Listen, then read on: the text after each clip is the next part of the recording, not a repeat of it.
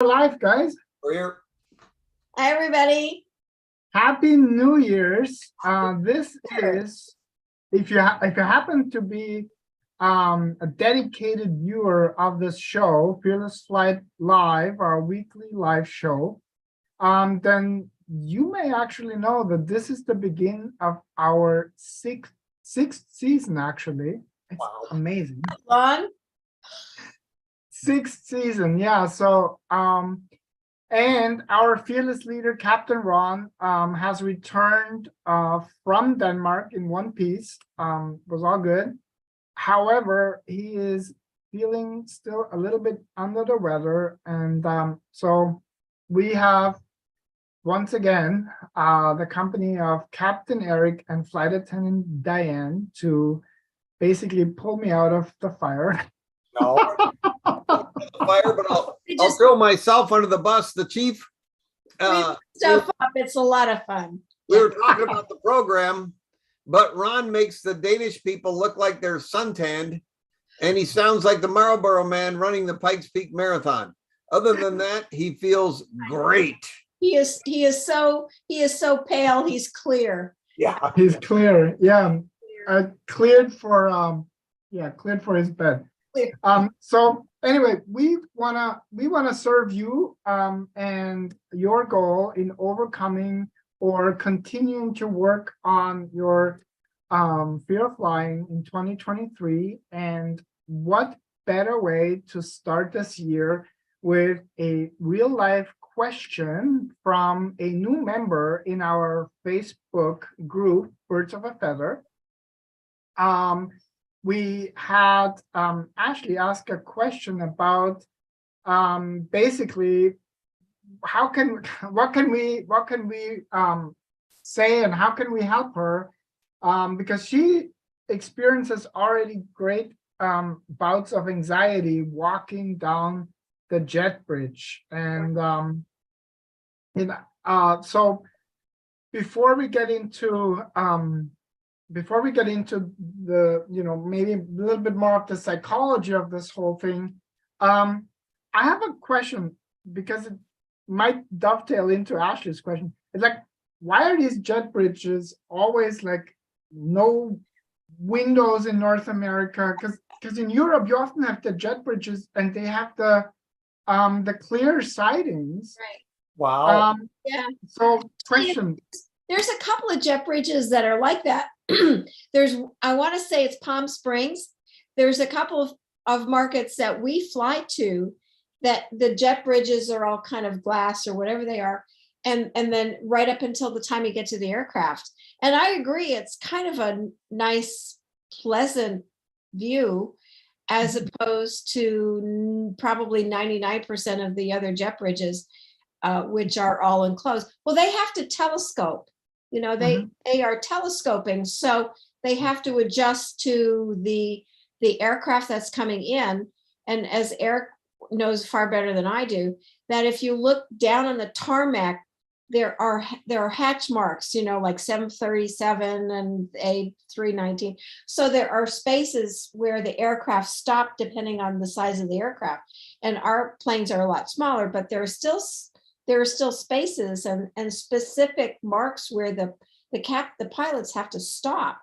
So the jet bridges have to adjust to be able to get to that particular plane.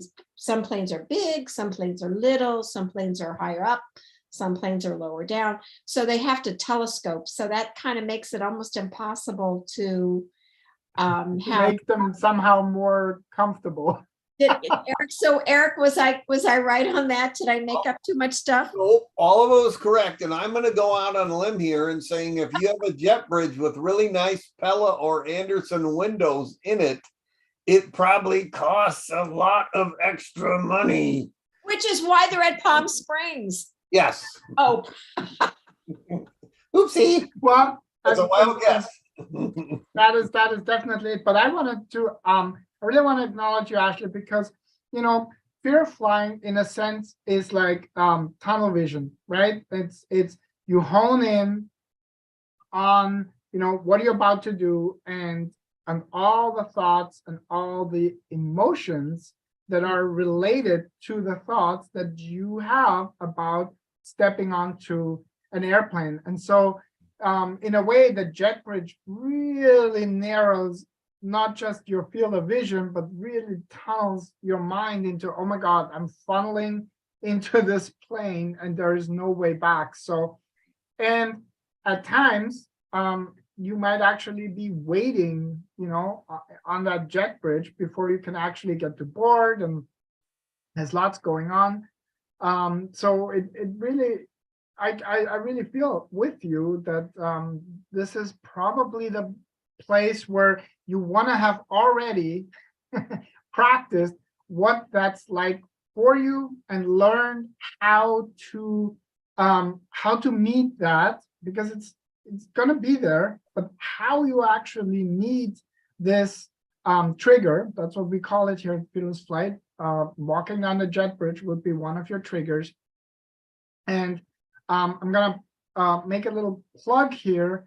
We actually, no, I'm gonna first go back to you, Captain Eric, and say, what can you tell Ashley about, walking down the jet bridge from the pilot's perspective that are already sitting there while she is maybe waiting there and dreading going on? What are you guys doing up in the cockpit? Because you guys are always there before us. So what are you guys actually doing when as we're getting ready at the gate to go down the jet bridge and board the plane? And we let your name slip a couple times, and I'll try not to do it, but we can help you. It takes some repetitive work here. We've drug a lot of people over the bridge, and it sounds like you have some serious stuff to deal with, but we have programs to help you with that. And if you contact Captain Ron later, he may be able to help you with some coping mechanisms before this flight on Friday. And the sooner the better. This takes repetition. But to answer Dieter's questions, yeah, hopefully we're there an hour before you are, and we're down in the cockpit with our flight plan, loading navigational information into our flight management computer, which we just refer to as the box because we don't like a lot of syllables. We're not very verbose. So the box, we're putting the information in there, and then both of us are checking that we put it in there correctly so that we don't load in an error. And we're doing other pre-flight checks of the airplane, the maintenance logbook, the maintenance history, that sort of thing. That's real. The bulk of our work on a flight is there before we push back before the gate. That's the majority of our work. So we're furiously concentrating. That being said, if you want to go down and when you board, say, I'd like to board a little early, and Ron has the exact verbiage to help the gate agent get you boarded a little early, and tell the flight attendant you're a little bit of a nervous flyer. Would it be possible to talk to the pilots for a minute? And generally, unless they're slammed out of their mind late and had an airplane swap and have nine alligators they're wrestling right there, they'll talk to you and tell you about the flight and tell you what to expect. And they want to make it probably worse than you do. So they'll be happy to chat with you a little bit when you board, and that may take down your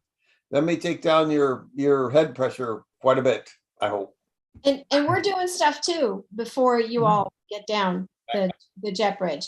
We have things called, we have free, I can't even say anything now, pre-flight checks that we have to do. So on my aircraft, we have 2 flight attendants, the forward and the aft. And each flight attendant has a certain checklist.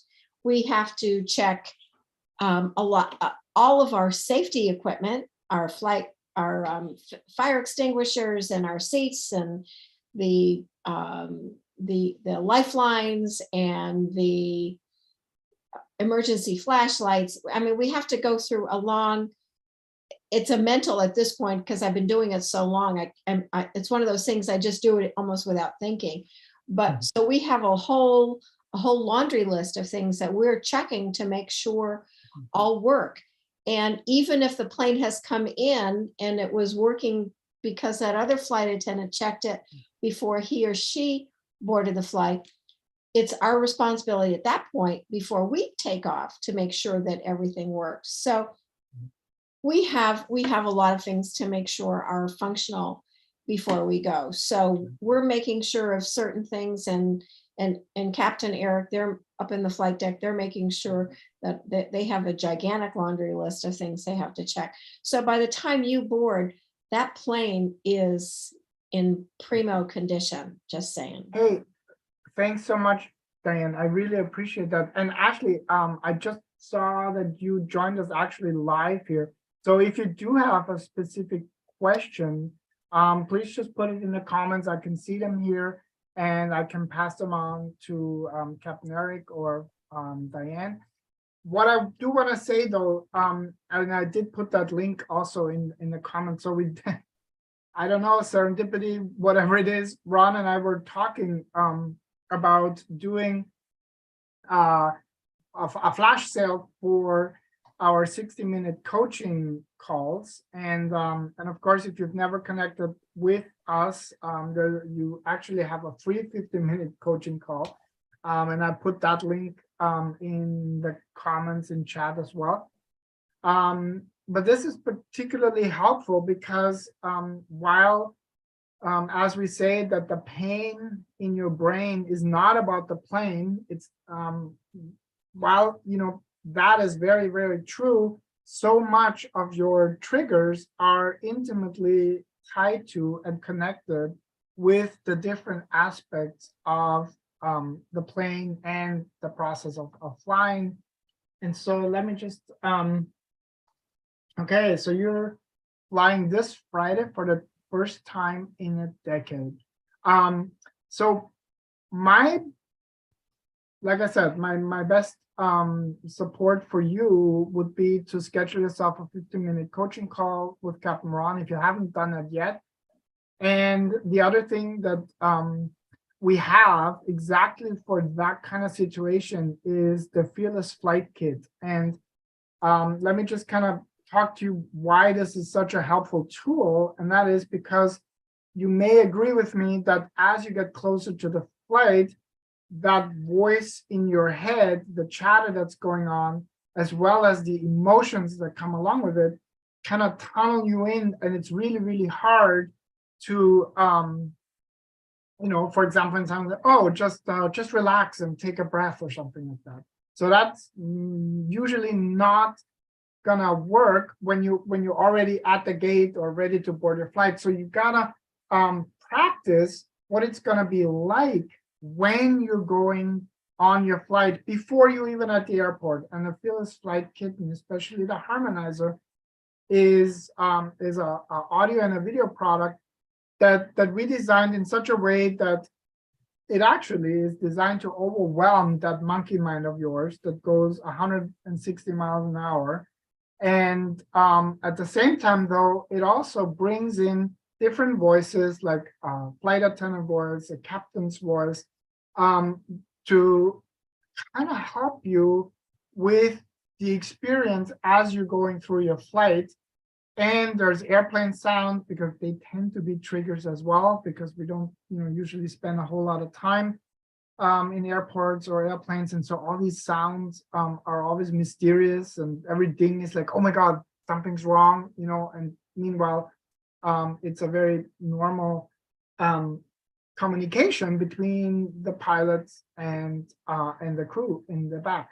So let me just look over here. And Dieter, just to expand on that only slightly with the weird airplane noises, we have a podcast that describes in order the weird airplane noises you're going to hear and what they are. So, yeah, so that's our product. It's called Flight Deck Confidential, where you and Ron are actually going through all the different steps leading up to takeoff, as well as I think volume 2 is actually taking off and going all the way up to cruise. So this whole process, Captain Ron and Captain Eric are talking you through. So that's another option that we have. But like I said, the Fearless Flight Kit is definitely my my favorite, because your flight is already on Friday, and what I'm seeing here, yeah, I'm gonna put all these links in. It's just really hard to do everything at the same time. So, has anyone ever not liked that? Oh, are you, Ashley, if you're talking about the Fearless Flight Kit, has anyone ever not liked that? Eric, you can speak to that. Well, there's only one person that I know of that hates the Fearless Flight Kit, and that's me. Listening to the harmonizer, and people like this so much. My world record listening to the Fearless Flight harmonizer is, I think, 7 3/4 seconds, up from 2.5 seconds.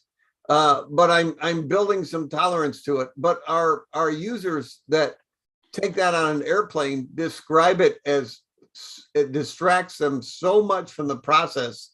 They love it.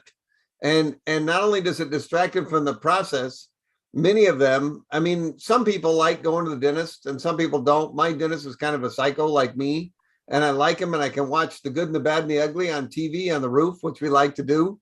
Although the poor little 12-year-old dental technicians aren't really big fans of Clint Eastwood spaghetti westerns.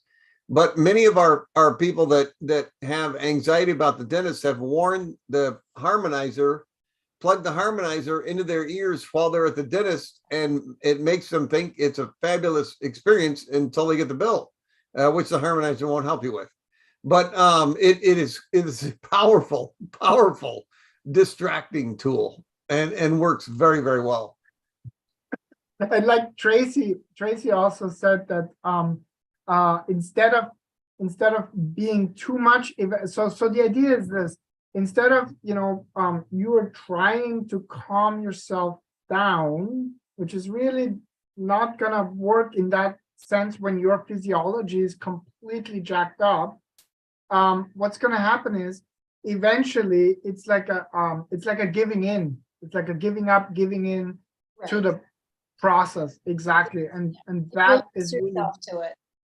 the power of it. Sorry, Diane. And another simple thing you can do, I mean, this is when you actually get on the plane, is again, as we talk about, is tell the flight attendant when you board that you're an anxious flyer, and then, because there's usually more than one flight attendant, tell the other tell as many flight attendants are on board around where you're sitting, and tell them that you're going to be anxious and you want to know what the sounds are, because the flight attendants will be more than happy. I've always, when I've encountered someone who's let me know ahead of time, hey, listen, I'm a little anxious about this whole situation, and I'll tell them, I'll go and squat by their seat and say, okay, when we're before I have to sit in my jump seat, okay, this is the sound you're going to hear here, and then there'll be a chime, and this is what the chime means, and then there'll be this sound, and that's when the gear come up, and then we'll have this sound. And so, and if you can ask them, just hit that flight attendant call button and say, hey, what was that? I mean, we were more than happy to let you know what all those chimes and funny noises are, because that's kind of how we do our job. So, yeah. And that just that's more for both of your benefit here. Jim Duke had a confession, and now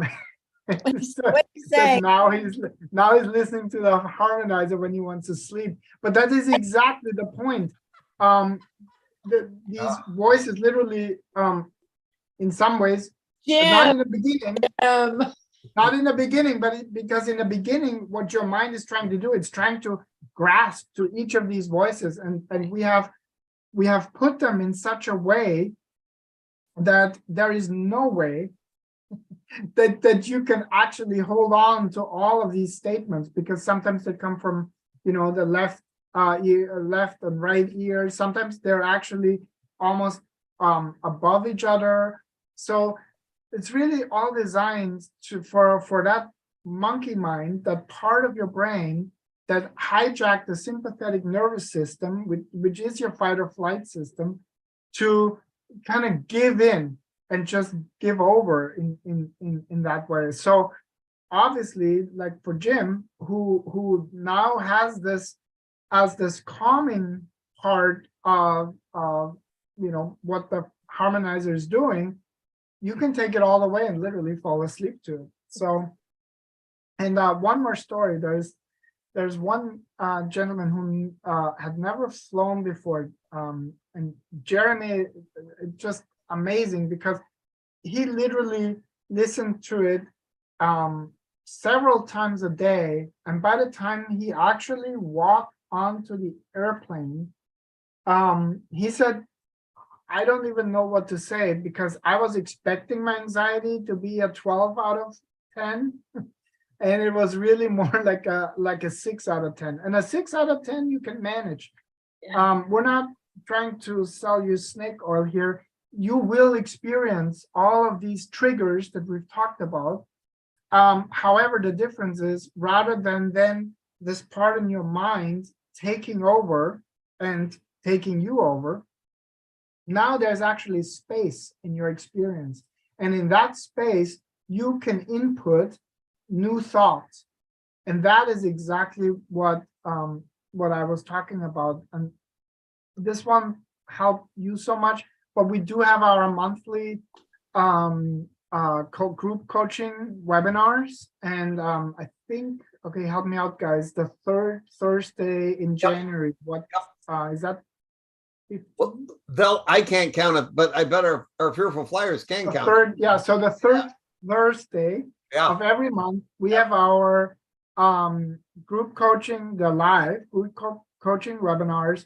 And the best way to actually participate in those is becoming a member of our Fearless Flyer Club, which is, you can get started at $37 a month, which includes the live webinar and includes meditations that we already have put into the membership, as well as other tools and programs. So I would highly recommend that for anybody who doesn't fly quite often enough and wants to stay current, so to speak, wants to stay connected, because that is really the third leg of our Fearless Flight method, is connecting with a community of like-minded and like-hearted people. And I really want to say that the people that show up at the webinar every month, this is really a deep dive into, I'm going to say, in some ways, more really the psychology of your fear of flying. It's not so much talking about the dings and the turbulence. They'll obviously always be part of acknowledging the trigger and taking you from there, but really traveling with you all the way down to where that pain really comes from. And the pain has never anything to do with the plane. That I really can not stress that enough. But the journey to get there, that's a process. And so in the Fearless Flight method, you have to educate yourself about airplanes of flying and flying. You have to also learn about the psychology of fear and how you can actually change. And then the last part is being connected ongoingly with people that are supportive, that are that have gone through this journey or are on the way with you to go through this journey. And that's really, those are the three steps of the Fearless Flight method. And Eric, I think maybe you wanted to. Yeah, if you guys won't be offended, I can't tell you this guy's name, but his initials might be Jim Morris, who sent us an extremely detailed email. And I wanted to answer some of his questions directly, because other people would think about it, if that's okay. And just give me a cut when I got to cut out. Is that okay? Yeah, totally. His email. So happy New Year, Jim. I can see that unsupervised, you did a little too much thinking, but it's quite impressive.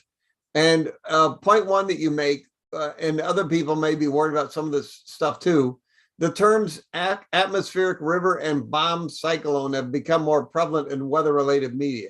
Yeah, we never heard that when we were younger and had hair. It was either weather or more severe weather. But as the news people like to say, if it bleeds, it leads. And the poor weather people are trying to keep up with the other bad news by having something to flash at you. And so atmospheric river, yeah, that's a lot of water. Does it affect the flying any differently? No, not really. It affects trapping water, flood controls, monsoons, and all that kind of stuff. But it really doesn't make much a difference in terms of turbulence, weather avoidance, that sort of thing. And calling something a bomb cyclone is just a new moniker for a big low pressure system, a very powerful low pressure system, and describing the rotation, but nothing people haven't dealt with since airplanes have flown. So it really is just weather marketing, if I could put it that way. And I would make more jokes about it, but I want to answer some of your other questions. I was so grateful you put one or two in here that I can answer, which is more than Jim Duke usually puts in. There was one day, you were talking about this ferry ride to Catalina, and you get motion sick. The ride in a boat, the frequency of the swells and up and down the boat is totally different from an airplane, completely different. I think it's way worse. I have suffered with it a little bit during violent water, but I would always just try and hero it out, saying no, I can deal with it. And one of my other best friends, Jim, that goes diving with me a lot, that poor guy, we would go over little ripples and he would throw up over the gunnels of the boat all the time. We'd get in the water and he'd be great, but we'd be riding out for the marina, and I felt so bad for him. And not that I'm making a commercial plug, but I'm making a commercial plug. There's a over-the-counter product, Bonine, Bonine, Bravo, Oscar, November, India, November, Echo, Bonine. And that is, if you have one of those in the morning before you're going to go for a boat ride or be out in the water anywhere, I think part of it's probably the placebo effect. You feel bulletproof, like after 4 shots of tequila, but that will flatten the most horrible squall out to where you're sitting in a bathtub. And there are no side effects from this. I mean, they on the back of the box, it says they've given 3,000 of them to lab rats before breakfast, and the rats are just fine. There's no side effects from taking this. And I watched this, and my friend who gets so horribly sick, and we were actually out in the squall one time, and I'm like, Jim is just smiling. He feels great.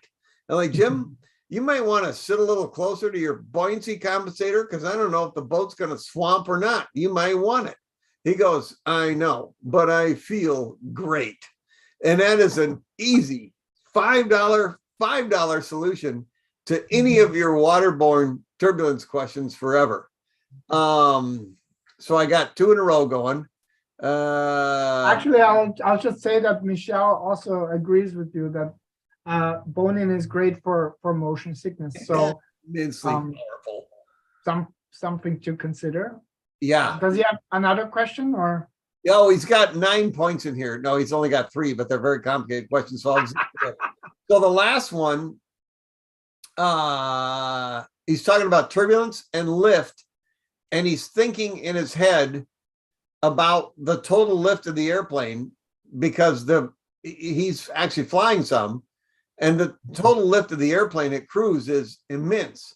And Jim, if you'll think about when you're trimming at cruise, you're trimming forward, so to speak, on the trim wheel. You're reducing and reducing and reducing angle of attack the faster you go, because the airplane is generating more and more and more lift that you do not need. And we actually, when you say, is there a picture of it? Is there a picture of it in the cockpit? Well, in a way, there is we have a visual display of critical angle of attack, and I won't hit this too hard with all of our people, but a too high and too low angle of attack where we could quote unquote stall the airplane, the wing would stop flying, and we have a picture on our airspeed indicator of those boundaries. So in a sense, we see when we're in the middle of that lifting boundary and generally keep the airplane there at cruise, Um, which I hope that helps you some. And I wish I'd known you years ago, because this last paragraph of your letter, which I don't think I'll read up and now, is talking about, is there a way to visualize the total amount of lift, like you're in a winter jacket or a big boy bubble outfit that encompasses the airplane. I only wish you'd sent this to me, because I would have loved to have turned to a first officer when he was dead tired on the way back from Hawaii and asked him in these terms, have you ever visualized the total amount of lift available to the airplane, just to watch him completely pass out. So the short answer to the question is we have a visual display of this, but no, contemplating how much, if we could lift a space shuttle on top of the plane with sumo wrestlers strapped to it, no, we don't know what that total is. We only know the amount available that we need to lift our airplane at our weight. And I hope that helps you, Jim, even though I'm picking on you. I mean, it's darn funny, but it's not funny to you. So if there's so much lift, I'm just gonna plug another question here that I saw in the comments. Could an airplane conceivably glide to safety if all engine failed, regardless of how absolutely unlikely this is? And we can talk about the one in flying 91 years, no, 91.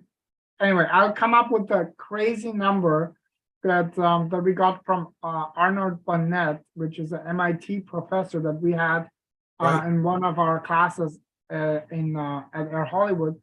But could the airplane conceivably glide if one or both engines, well, I guess both engines fail? Is that the answer is absolutely yes.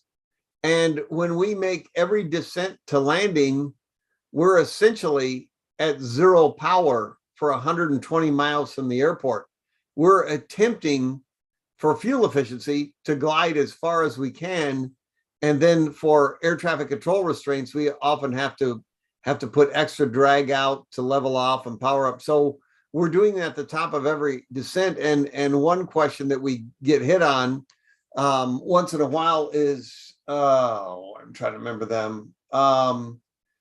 Transat was ferrying a 767, Boeing 767, 300ER, and there was a misfueling problem between liters and pounds, and the airplane had been misfueled on a ferry flight, and they were coming across laterally east to west on the Canadian-US border, and they ran out of gas at altitude, and they landed the 767 300ER on a closed Air Force base, which had been converted to a drag strip. So there was some damage to the drag strip lights and stuff like that. But they glided the airplane to this closed Canadian Air Force base and landed it with really no particular damage to the airplane.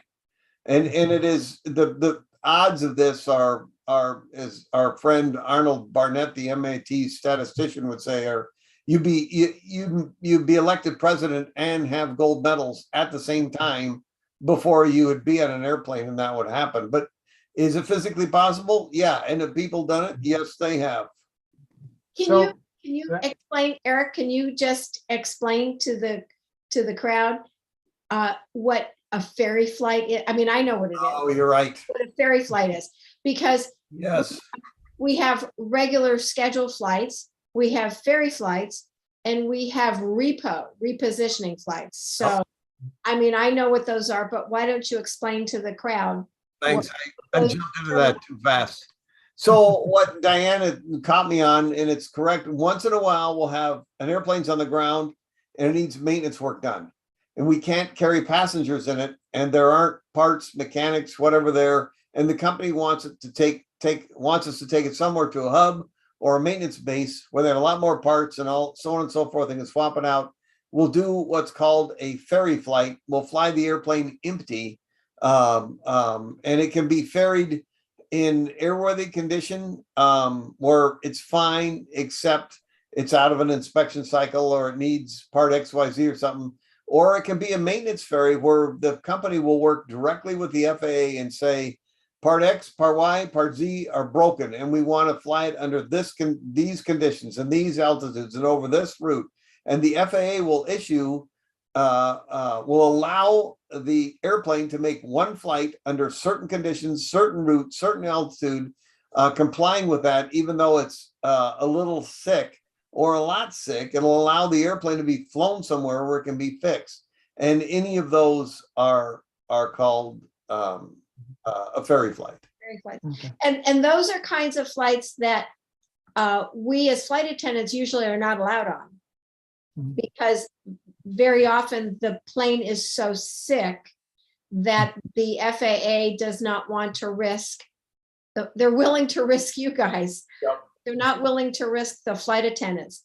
And that's different from a repo flight or repositioning flight, where very often, as Erica said, the plane is here, but the plane needs to be there, and it needs to be there because it needs to pick up passengers. There's nothing wrong with the plane at all, but it just is an unscheduled. It's not a listed flight for passengers.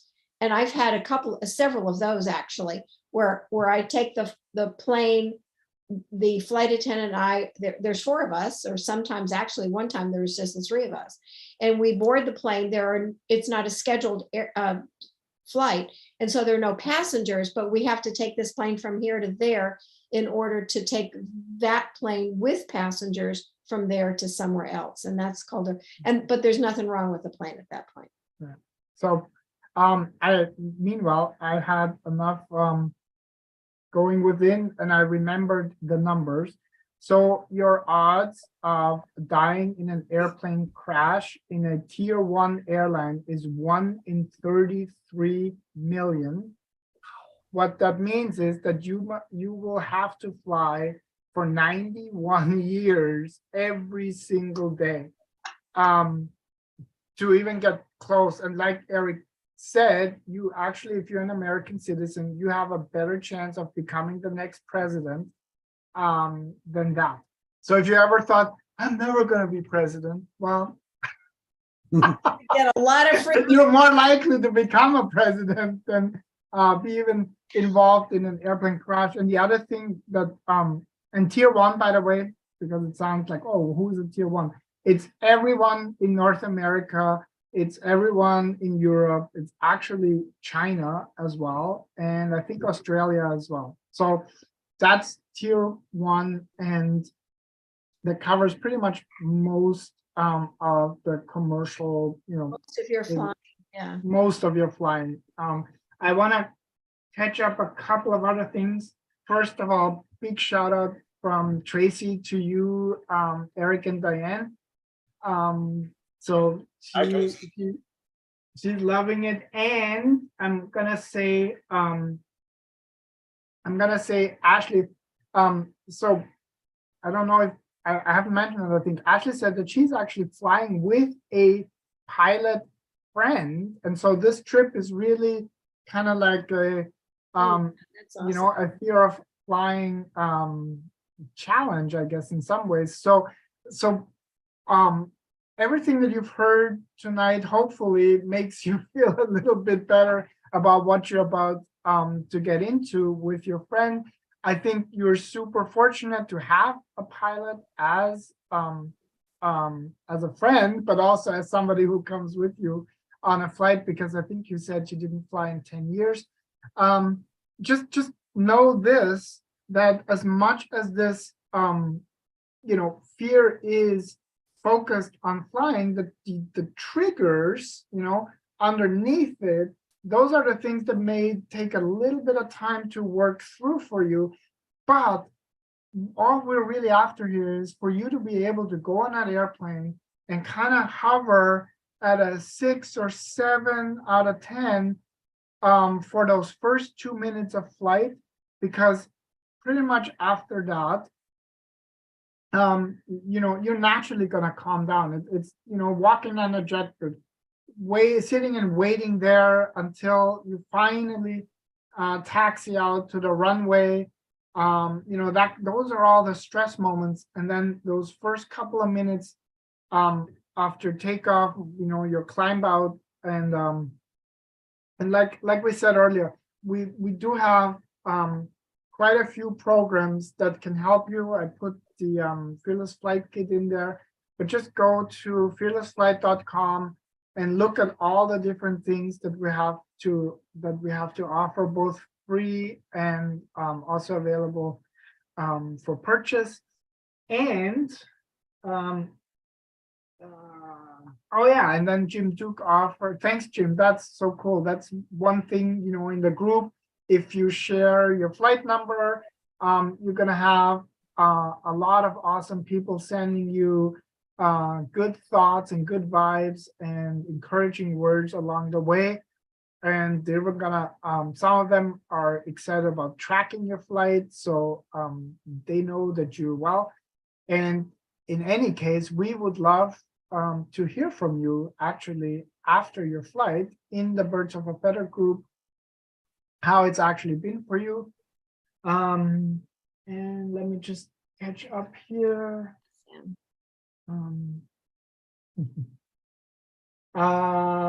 Yeah, I think that's pretty much it. I just don't want to miss any questions here. Just give me a second.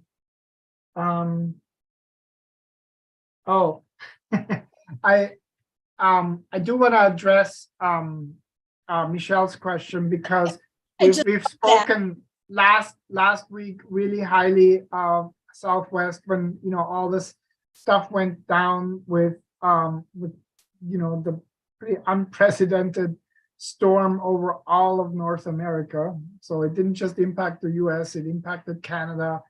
I was down in Mexico, and that storm literally was all over the continent. And so the question is, you know, we all love Southwest, but is this their demise? And you were pretty succinct last time, Eric, so I'm gonna let you take the helm on this, on answering this for Michelle. It was her question basically what happened to them and why was it worse than everybody else's? Basically. Diane, did you want to say something? No, it's just the question was, is this Southwest demise? Are they going to go under? And No, do not bet against them. No, that's not my second most favorite movie, but certainly Monty Python. This is just a flesh wound. Yeah, this is not going to hurt them, and they'll make it right. They really will.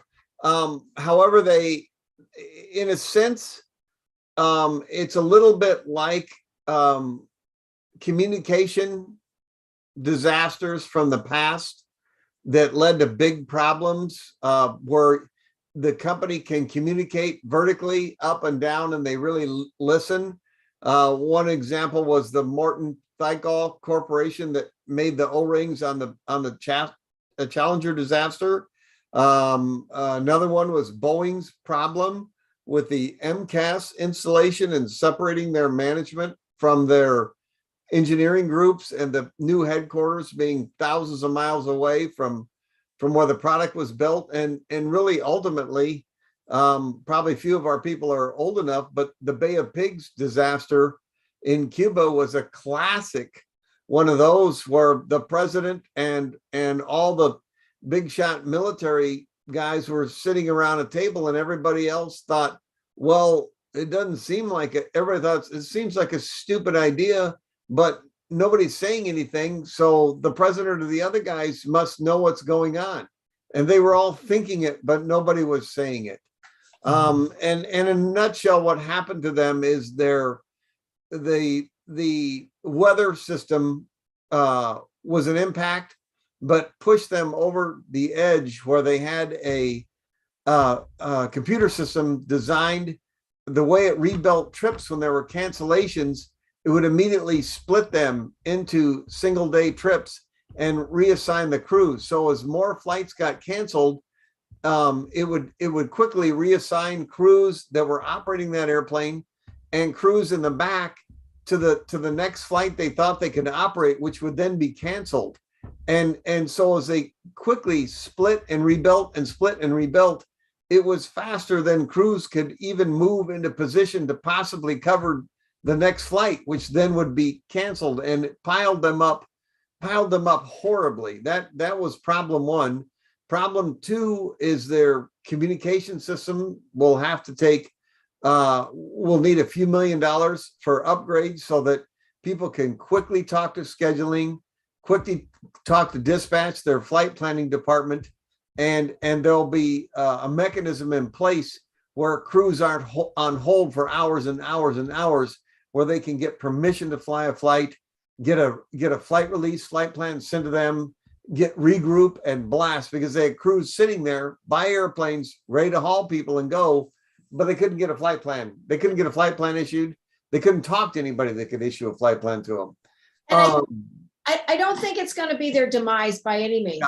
No, I think it will be, as it has happened in a lot, as Eric said, in a lot of different industries, it's a huge wake-up call. Yeah.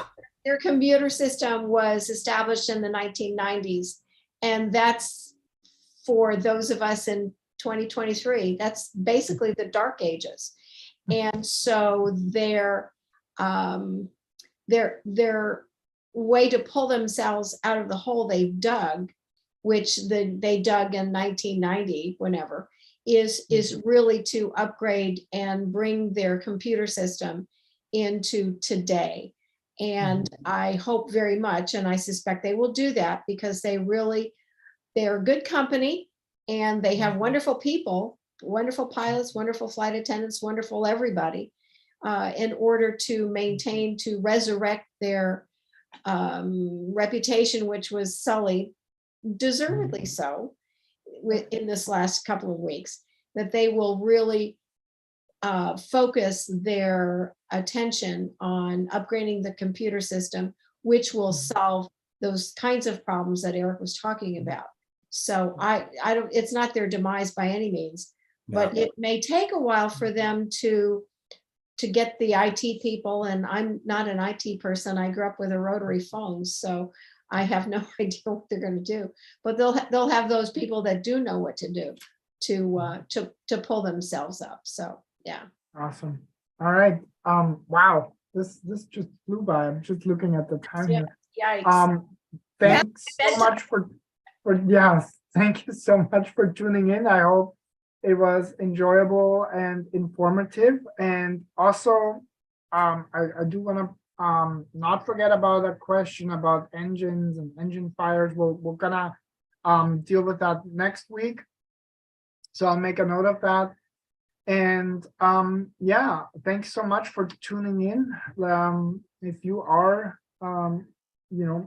working on your fear of flying, then let's really make this the year where you see yourself flying and experience yourself flying with confidence, because that's really the difference between being afraid and knowing that that aircraft that you step on, especially in the US, especially anywhere in Europe, is the safest part of your trip. And I know we say that so many times, but it is actually true. So thanks so much for tuning in. Thank you very much, Diane and Eric, for being with me tonight. And fingers crossed, next week we got Captain Ron back at the helm. All right. Thanks, Dieter. You guys. Right. Yeah, thank both of you guys. Have a great night, everybody, and see you next week.